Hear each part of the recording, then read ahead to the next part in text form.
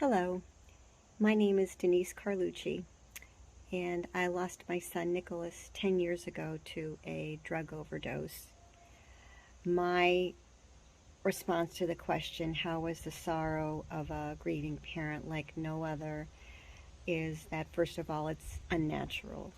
Our children are supposed to outlive us, and they are supposed to usher us out of this world and into the next, and not the other way around. I also think there are so many unrealized dreams, so many lost hopes of what you were hoping to see your child experience. No matter what the age, there's always something in their future you were hoping to watch them experience, and that is snatched away from you. Hi, I'm Greg Eckerman. I'm Eric's stepfather. Eric is our youngest son. We lost him in 2016 to suicide. When a parent loses a child, there's a violation of the natural order, a wrongness that's difficult to get past. Because, in part, from the moment that child came into our lives, we assume responsibility to care for them, to nurture them, and to protect them. So when we lose them, we may very well feel guilt, shame, or anger, or get lost in the whys trying to understand how this could happen. Grief gets complicated. In my experience, the sorrow I felt when I lost my son was indeed different than that I experienced when I lost my mother and I lost a sibling. Why, I'm asked, is that the case? I think it's because my child was a physical part of my being at one point in time. Motherhood changes your physical, emotional, and spiritual constitution. The closest I can come to an analogy is that of a traumatic amputation. A piece of me is gone with my son. A piece of me died with him.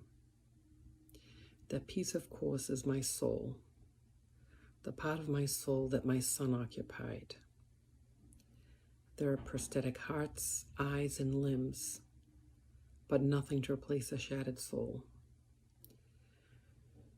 With time and with the comfort of Emmaus companions walking with me, the pieces came together again. With the love of Jesus filling in that missing piece, I've been made whole again. The second question I was asked pertained to recommendations for people counseling or guiding grieving parents.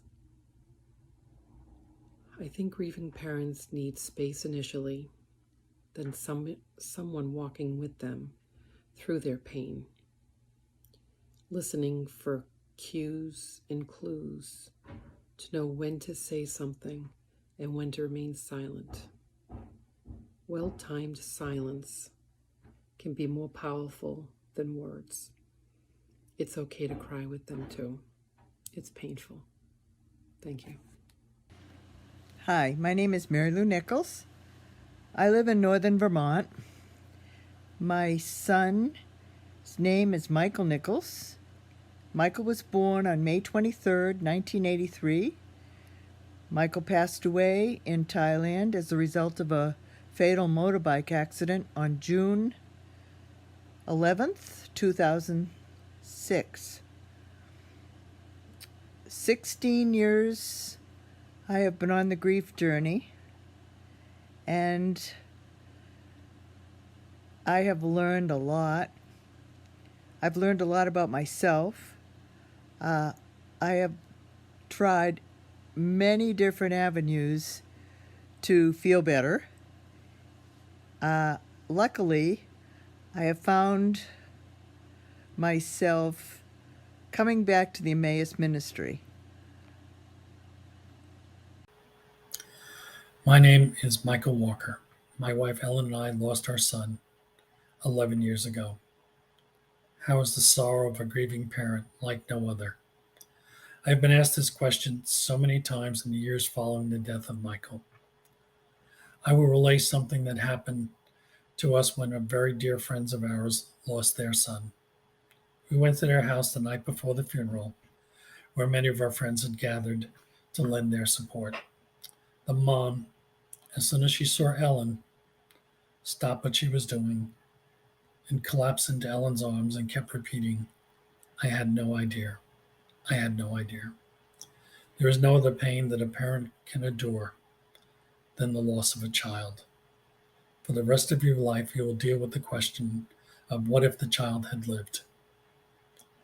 After having attended my first Emmaus retreat, I felt the need to be part of this ministry. Hi, my name's Robin Leonard, and I lost my son Luke at age 29 to an overdose almost a little over 7 years ago on July 14th, 2015. To answer the question, how was the sorrow of a grieving parent like no other? I can say that I didn't know what it was like to lose a child until I lost my own child.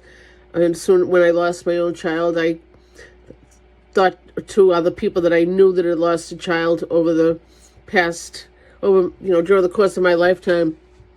And I just thought to myself, oh my gosh, I should have been more consoling. Because I didn't know. You just don't know. You explain to somebody that you lost your child and they say, yeah, I've had a lot of loss too. I lost my mother. I lost my brother. You just can't compare it. You just can't compare it. When I lost Luke, I felt like I had a gaping hole in my heart. I felt like I had lost a limb. I felt like I had lost my identity because I was the mother of 3 children, Sam, Stacy, and my son Luke. And now I didn't have Luke. I was changed, completely changed. I grieve alone. I don't take comfort from my husband. I don't know why. We love each other, but just don't, people, we grieve different. But what I can say is, like, the first year I was just numb, and I think God makes you numb so that you can deal with the trauma. First year, every waking moment was spent thinking about Luke and his death. But I will tell you, as time goes by, after that first year, things start to change a little bit, and your grief does soften. And you will get through it. I get through it by my faith, knowing that one day I will see Luke again. Hi, my name is Laura Beagan, and I lost my daughter Rose in December of 2019, so coming up on 3 years ago, to SUDC. Rosie was 2 years old and perfectly happy and healthy, and she died in her sleep. SUDC is sudden unknown death in childhood, and it's a diagnosis of exclusion when no other cause can be determined. My answer to how is the sorrow of a grieving parent like no other is that when you lose a child, you lose a piece of yourself that you cannot get back in this life. And each and every day you feel the searing pain of this void, the loss of your child, but also the loss of all of those future moments that won't be realized, that you were completely robbed of. The main recommendation I would give to anyone trying to minister grieving parents is to just listen and be present with them in love. Don't try to make it better. Don't try to understand. Just be present and listen. My name is Marianne Govea. I lost my son Eric in 2016.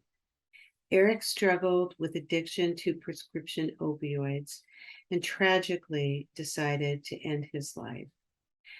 When Eric died, a part of me died with him, and I knew that a rebuilding or a remaking of life would be necessary for me. I learned that I needed to explore my own belief structure as a Catholic. I found my way to the Emmaus Ministry for Grieving Parents, and I attended a 3-day retreat in Massachusetts. I was a very broken woman going into that retreat, but upon leaving, I knew the experience had changed me forever. I found hope during that weekend. Faith is something that we believe in that we cannot prove. We learn from our Catholic teachings that God promises eternal life, that one day we will be reunited with our children in heaven. And when we surrender to this idea, we find ourselves closer to God and closer to our children more than ever before.